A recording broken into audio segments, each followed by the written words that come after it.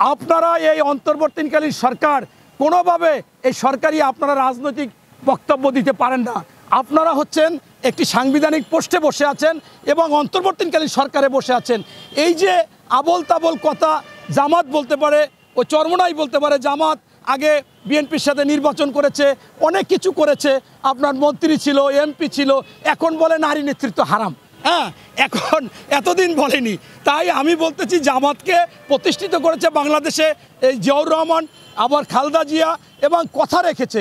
এরা হচ্ছে কি ইসলাম ইসলাম বললো, আপনার একটা গান আছে না যে কলিজা ভুনা করিয়া খাওয়াইলেও বলবে লবণ কম হয়েছে।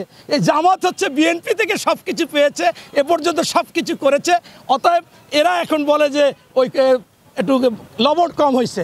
আবার পাশাপাশি দেখেন চরমনাই, আপনারা অবাক লাগে যে এরা যে ইসলামের কথা বলে, এরা আসলে নাস্তিক না আস্তিক না কি? যে আমির এ পর্যন্ত আমার কাছে 100টা বক্তব্য আছে, বলতে জামাত যেখানে যেখানে স্পর্শ করবে ধ্বংস হয়ে যাবে। ওই এই মাদ্রাসা ধ্বংস হয়ে গেছে, ওই আপনার বিএনপিতে গেছে ধ্বংস হয়ে গেছে, অমুক গেছে ধ্বংস হয়ে গেছে। রোজ কিয়ামত পর্যন্ত কখনো চরমনাই এই জামাতকে গ্রহণ করবে না, জামাতকে নিবে না। এবং ওরা মুসলমান না, শিবির বেয়াদব, এইটা বেয়াদব, অমুক খারাপ।